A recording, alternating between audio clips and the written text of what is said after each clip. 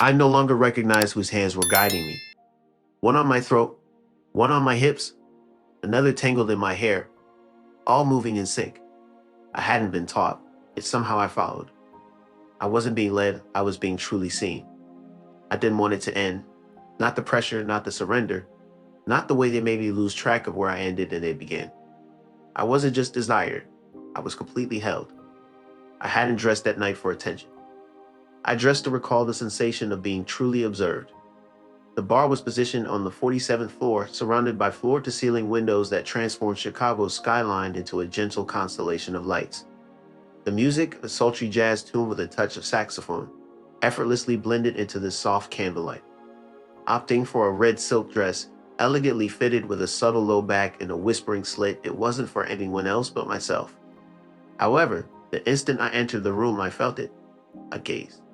Instead of turning immediately, I decided to first order a drink. A neat bourbon, no ice, a deliberate choice that usually signified. A specific tale was relayed. As I recounted, I noticed him in the midst of traversing the lounge, towering. His sturdy build, salt and pepper locks, a finely crafted navy blazer, dark denim attire, and exuding a quiet confidence typically acquired over time. He chose his moment as the bartender stepped away before drawing near. "You're here alone this evening?" His resonant, velvety voice inquired, the kind that radiated certainty. I turned to see him already by my side, close enough for me to sense a hint of whiskey and cologne. A blend of warm leather with an underlying darker note. I didn't smile right away. Instead, I raised my glass and softly responded, "Not anymore, I suppose." A smirk danced across his face, not a broad grin, not mischievous, but a subtle curl of his lips, as if he acknowledged my subtle jest. "What a shame," he remarked, gesturing to my now empty glass, for I was just about to get you another one. "You can still do so," I countered, tilting my head, "though I must caution you, I'm not one to linger." His gaze subtly intensified, as if he appreciated that response. "More than either of us should, I don't." No games, no small talk. Just two individuals sharing an unspoken connection that transcends words or actions. A mutual understanding that can be felt in the air between us. A connection that can't be forced but is simply acknowledged.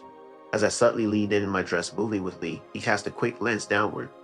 Silent acknowledgement. "Your place?" I inquired, maintaining eye contact. With a swift sip of his drink and a decisive gesture, he replied, "Let's go." By the time we reached the lobby, his hand had found its place on the small of my back, not possessively, but as a gentle guide that I had no desire to resist. I anticipated the quiet of the elevator, the reverberating hallway, and the shift in the atmosphere as we stepped inside. Uncertain of what lay ahead, it was precisely that mystery that enticed me to agree.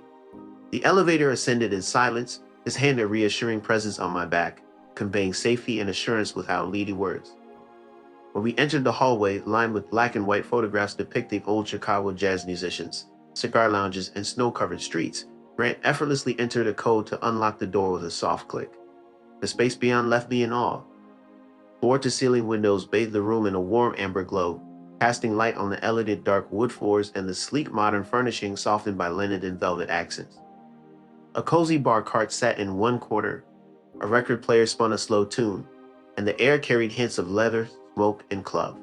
However, what truly caught my attention was the presence of two men already seated on the plush navy sectional, each with a drink in hand. The first man with dark skin, close-cropped beard, and a sprinkle of salt at his temples, gave me a half smile and a nod, dressed in a snug charcoal sweater and jeans. The other man, younger with sandy brown hair and striking blue eyes, leaned forward with his elbows propped on his knees, sporting a leather watch. Grant closed the door behind me, his quiet mischief evident in the absence of socks and the grin on his face. I couldn't help but wonder what he was thinking or what he already knew. His hand trailed down my back before he stepped past me. "Emily," he said calmly, "beat Marcus and Caleb. I hope you don't mind they came by a little early." Feeling a slight surge of excitement rather than fear, I remained composed. I resisted the urge to ask questions and instead greeted them with a practiced smile, the prelude to a daring and deliberate action. Marcus stood up first, taller than expected, exuding a commanding presence effortlessly. He observed me with a steady, curious gaze, as if still contemplating my presence. Meanwhile, Caleb remained seated, tilting his head slightly to take in the way my dress draped over my figure before flashing a slow, deliberate smile. "Nice to meet you," he said smoothly, His voice, Emily, was smoother and lower than I had anticipated. It exuded an easy, dangerous charm that didn't threaten, but rather dared. Grant caught my raised eyebrow as he spoke. He didn't mention company. Stepping close behind me, his warmth palpable against my back. His lips brushed my ear as he whispered, "I wasn't sure you'd stay long enough to meet them." Taking a step forward, then another, I settled on the arm of the couch, crossing one leg over the other with the slit in my dress revealing just enough. So I said softly, "Should I pour myself a drink, or is one of you going to take care of that for me?" Grant chuckled, Marcus flashed a genuine smile, and Caleb, his gaze locked with mine, reached for the bottle of bourbon. "We'll take care of everything," Caleb said, pouring the amber liquid slowly, the warmth and intention in his words sending a shiver down my spine. Savoring the taste of the bourbon, I gripped the glass that he handed to me. With a watchful expression in his eyes, Grant approached me in silence. I accepted the drink he offered without a word, bringing it to my lips and taking a slow sip, making a deliberate display of the movement of my throat. Despite the tension in the air and the proximity of the others around us, I remained composed. Grant leaned against the wall, arms crossed, observing me intently as if he already had all the answers, while I savored the moment of intrigue. "Have you ever experienced something like this before?" Caleb's question carried a hint of playfulness tinged with a darker undertone. I paused before responding, rising from my seat and adjusting the volume on the record player, enhancing the jazz music filling the room. Returning to face them, I met their gazes resolutely. "Does it really matter?" I retorted, causing a subtle reaction from Marcus and a tightening grip on the glass from Caleb. Grant, unfazed, began to move closer, his approach steady and deliberate, hinting at an impending. There's nothing in the world he was uncertain about, and then without a word, he slipped one finger beneath the strap of my dress and slid it down. I let it fall, first one side then the other. The silk whispered to the floor, cooling at my feet. I didn't cover myself, didn't flinch. I just stood there in black lace, with 3 men watching me as if I were the first woman they'd ever seen undressed like she meant it. And then the silence broke, not with sound, but with touch. Caleb was behind me suddenly. I hadn't even heard him move. His hands were at my waist, warm and slow, just resting there for a moment as if to say, "We're not in a hurry, not going anywhere either." Marcus stepped in front of me next, his knuckles brushed my jaw. "Good?" he asked, his voice low, grounded. I nodded. "Don't stop unless I say so." And just like that, I was theirs, hands everywhere, not rushed, not frantic, just exploring. One lifted my hair and kissed the back of my neck. Another ran the back of his hand down the inside of my thigh. Eye above. A third person traced the outline of my brow. A subtle gesture that served as a reminder of their control. My breath caught, not out of fear, but out of a deep sense of being fully present in that moment. If you're still with me, fully engaged in this story, take a moment to show your support for the channel. Consider sending a super chat or super sticker to help us continue sharing these daring adult narratives that delve into the realms between surrender and self-discovery. Thank you for being here. Let's continue. One of them, their identity now a mystery to me, knelt before me and placed a slow, deliberate kiss on my stomach, as though staking claim to uncharted territory with unmatched reverence. A hand steadied me as I swayed, while another offered a gentle touch to my lower back. Together, they guided me to the couch, not treating me as fragile but as something precious. As one of them encouraged me to open my legs, the other leaned in close and whispered, "Breathe." Marcus moved with slow precision, the kind of man who took his time, who explored every inch like he was tasting wine and cataloging the notes. Caleb was playful but focused, his touch teasing but purposeful, like he knew exactly how far to push me before pulling back, just to hear what kind of sound I'd make when he let go again. And Grant didn't need to move fast.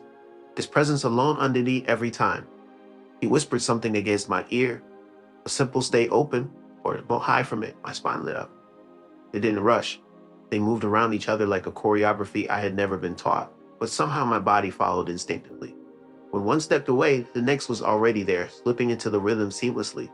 They melded into each other, blurring the lines between one man and the next until I couldn't distinguish where one ended and the other began. Passed between them with care and reverence, I felt cherished and alive in their shared embrace. Marcus held my wrist above my head as Caleb's touches ignited unexplored sensations within me. Then Grant lifted me, guiding me to straddle him as he witnessed my unraveling, his touch keeping me grounded. Together, they moved as one, hands guiding, grounding, possessing me as I surrendered completely. Every gasp, every arch, every sound freely given. I let go of all inhibitions. Their words directed to me drove me further into ecstasy. Good girl, just like that, let us take you. And I did, without hesitation, without restraint, without second thoughts. In that moment, I ceased to question, to doubt, to hold back. I simply let myself fall. I felt the heaviness of them, the tension and pressure, the delight growing with each passing moment till my body didn't just unravel, it came to life. And as I exploded into pieces, not just once, but repeatedly, they stayed by my side. They supported me, moved with me, creating something within me that I didn't realize I still had the capacity for. As the final wave crashed over me, I could barely stand. My legs shook, my skin glistening with sweat, my breathing shallow and ragged, my gaze. My gaze was wide, focused, alert. Grant gently brushed a damp strand of hair away from my forehead and whispered something so soft I could hardly make it out. Neither you nor I shattered. I melted, I fractured. I opened up, but I did not break, not even close. I couldn't recall falling asleep, only the comforting weight of a warm blanket against my bare skin, the subtle sense of sweat, stutter, and boredom lingering in the air, and somewhere in the haze between pleasure and slumber, the faint sound of water flowing, perhaps a shower, perhaps simply someone washing their hands in the dimness. When I finally opened my eyes, the sun was. The early morning sunlight began to spill through the windows, painting long golden lines across the concrete floor. The air still carried the weight of the previous night's events. My body felt pleasantly sore, as if I had just completed a marathon barefoot, and with a smile on my face. As I stretched slowly, memories of mouths, hands, and voices flooded back to me. And then I noticed Grant, already up and dressed, standing by the kitchen counter with 2 mugs of coffee in hand. "You sleep like someone who's been through something," he remarked, his voice smooth and amused, his eyes holding a familiar sparkle. Sat up, pulling the blanket around me, offering a gentle smile that carried hints of both sorrow and reminiscence. "I think I did," I replied. Approaching me, Grant handed me one of the mugs, then sat on the edge of the bed, maintaining a comfortable distance that conveyed this moment was more than just a fleeting encounter. After taking a sip, he continued, "I wasn't planning to say anything. The guys had a good time." I raised a questioning eyebrow, the warmth of the mugs soothing my fingers. "I think that was pretty obvious," he chuckled, taking another sip before glancing towards the hallway where Marcus and Caleb were likely still asleep or already gone. I didn't feel the need to ask. It didn't matter. "You don't have to leave just yet," he said, more as a suggestion than an invitation. "We're getting together again tonight. Just cards, drinks, and conversation. No pressures in place." I cocked my head, finding his proposal amusing. "Cards." Grant shrugged, hinting at a potential rematch. I burst out laughing, surprised by the genuine mirth in my own voice. "You really think I'd stick around for a round two?" He remained unfazed. "I believe you're curious enough to at least consider it." And he was right. There was something about his demeanor, not pushing or prodding, just leaving the invite out there, warm and inviting. I sipped my coffee slowly, initially thinking I would decline, that last night was sufficient, and I'd leave with a memory rather than a continuation. However, instead of declining, I rose from my seat, padded barefoot across the floor, retrieved my dress from where it lay like a delicate silk confession, and tossed it back on. "I'll go shower over there," I mentioned, not bothering to turn around to look. "But you're supposed to be preparing breakfast," Grant replied with a slow, deep smile as he reclined on his palms. "I happen to make a delicious frittata." "Great," I responded as I vanished into the bathroom, feeling famished. The scent of coffee lingered longer than expected. So did the faint impression of Grant's touch on my waist, the sound of Marcus' laughter from somewhere in the distance, and the way Caleb had gazed at me before departing. It wasn't the gaze of someone who had taken something, but rather of someone who had caught a brief glimpse of something rare and was unsure if it was real. We didn't exchange many words that day, but it wasn't necessary. Grant delivered on his frittata promise: eggs with goat cheese, roasted tomatoes, and crispy pancetta. I devoured every mouthful, clad only in one of his t-shirts and a delicate gold chain that had become entangled in my hair sometime past midnight. Soft music filled the air from the kitchen, possibly Etta James, as sunlight streamed into the room in warm, comforting beams like the universe itself. She had paused to give us this stillness, this small breath between everything that had already happened and everything we knew might happen again. By noon, I was still there. Not because I had nowhere else to be, not because I was afraid to leave, but because for the first time in a very long time, I felt like I had arrived. Not in someone's bed, not in someone's fantasy, but in my own skin. And maybe that's what surprised me most, that the most intimate part of all this wasn't the hands or the mouths or the moments. My body had no idea where it ended and someone else began. It was the way I felt after. Steady, clear, clean. There's something that happens when you let yourself be wanted without apology. Not for performance, not for validation, just because you're there. Breathing, wanting, saying yes, not to them, but to you. So if you're still here, still listening, maybe wondering if this kind of story is just fiction or something more, I'll tell you what I told myself that night. You don't need permission to.